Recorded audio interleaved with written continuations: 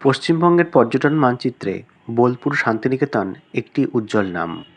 পশ্চিমবঙ্গের বিভিন্ন জেলাসহ সারা ভারতবর্ষ, এমনকি পৃথিবীর নানা দেশ থেকেও সেখানে পর্যটকরা সারা বছর ধরেই বেড়াতে আসেন।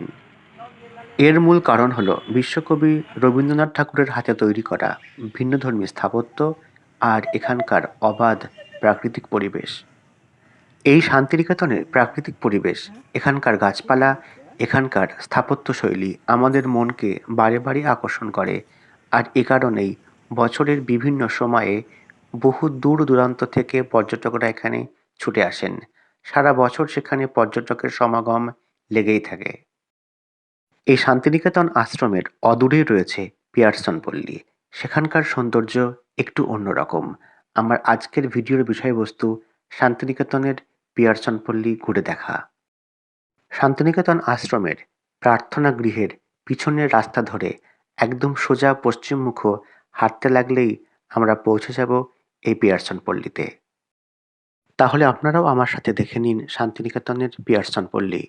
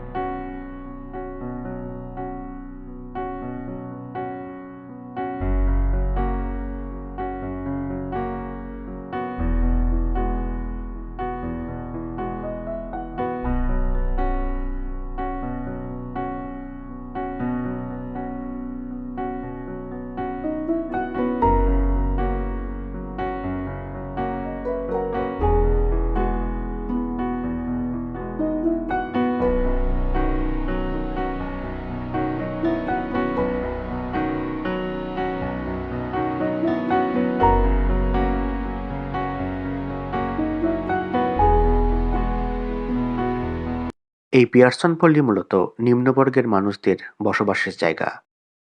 এখানকার বেশিরভাগ মানুষ সাঁওতাল গোষ্ঠীর অন্তর্ভুক্ত। শান্তিনিকেতন মূল ক্যাম্পাস যেখানে শেষ হয়ে যাচ্ছে, তারপরেই শুরু হচ্ছে এই পিয়ারসন পল্লী। এবার তাহলে জেনে নেওয়া যাক পিয়ারসন পল্লীর এইরকম নামকরণের কারণ কি। শান্তিনিকেতন আশ্রমের একদম গোড়ার দিকে যতজন শিক্ষক এখানে এসেছিলেন তাদের মধ্যে পিয়ারসন সাহেব অন্যতম। পিয়ারসন সাহেবের পুরো নাম উইলিয়াম উইনস্ট্যানলি পিয়ারসন। পিয়ারসন সাহেবের বন্ধু অ্যান্ড্রুজ সাহেব শান্তিনিকেতনে শিক্ষকতা করতেন। তার মাধ্যমেই রবীন্দ্রনাথের সঙ্গে পিয়ারসনের আলাপ হয়। পিয়ারসন সাহেব শান্তিনিকেতনে প্রকৃতি বিজ্ঞানের পাঠ দিতেন। পিয়ারসন সাহেবের সাথে শান্তিনিকেতনের সাঁওতাল গোষ্ঠীর মানুষদের নিবিড় যোগাযোগ ছিল এবং তিনি এই অন্তজ শ্রেণীর মানুষদের উন্নতির জন্য সর্বতোভাবে চেষ্টা করতেন। সাঁওতাল গোষ্ঠীর সাথে পিয়ারসন সাহেবের এই সখ্যতার কারণেই শান্তিনিকেতন আশ্রমের পাশের সাঁওতাল পল্লীর নামকরণ করা হয়েছে পিয়ারসন পল্লী।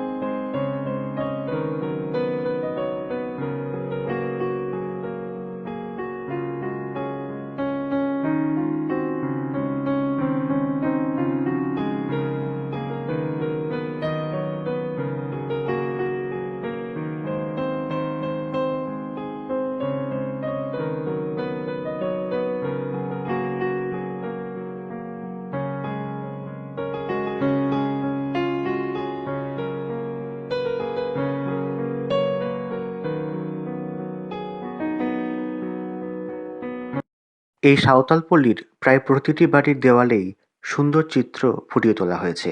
আর এখানকার দেওয়ালের বেশিরভাগ অংশ জুড়ে আছে অলচিকি ভাষার বিভিন্ন হরফ।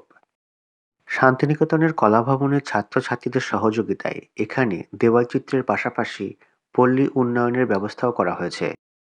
কোনো সহৃদয় পর্যটক যদি এই স্ক্যানারে কিছু অর্থ সাহায্য করেন, তাহলে এখানকার পল্লী উন্নয়নের কাজে তা ব্যয়িত করা হবে।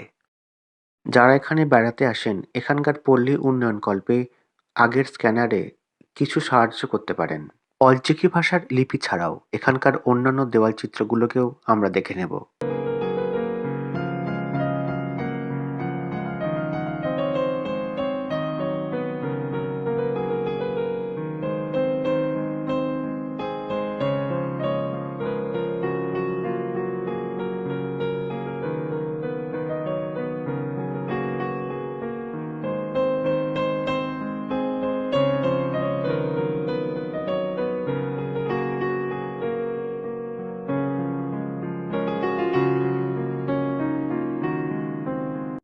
দেওয়ালচিত্রের পাশাপাশি এই নকশাটিও অন্যরকম। এখানে কোনো ছবি আঁকা হয়নি, শুধুমাত্র বিভিন্ন রকমের ডিজাইন এখানে দেয়ালের গায়ে ফুটিয়ে তোলা হয়েছে। এটিও খুবই নিখুঁত এবং সুন্দর কাজ। এই রকম কাজ সচরাচর চোখে পড়ে না।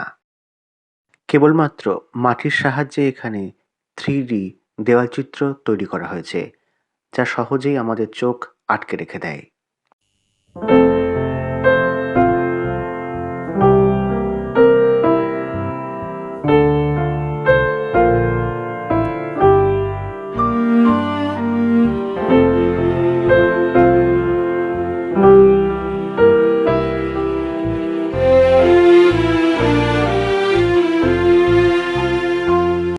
পিয়ারসন পল্লীর রাস্তা ধরে হাঁটতে থাকলে রাস্তার দুদিকেই পড়বে এরকম সুন্দর ছবি আঁকা মাটির বাড়ি। এদের মধ্যে কোনোটা আবার মাটির দোতলা বাড়িও আছে।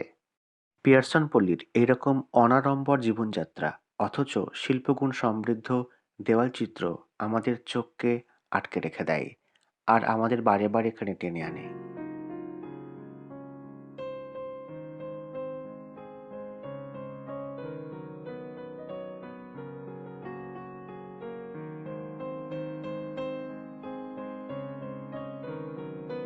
যাই হোক বন্ধুরা, পিয়ারসন পল্লী নিয়ে আমার ছোট্ট ভিডিওটি আজ এই পর্যন্তই। দেখার জন্য ধন্যবাদ। শান্তিনিকেতনের এইরকম আরও টুকরো টাকরা গল্প নিয়ে আসবো নতুন কোনো পর্বে। আর এইরকম ভিডিও দেখার জন্য আপনারা আমার চ্যানেলটিকে সাবস্ক্রাইব করতে ভুলবেন না। আজ এই পর্যন্তই, আবার দেখা হবে। নমস্কার।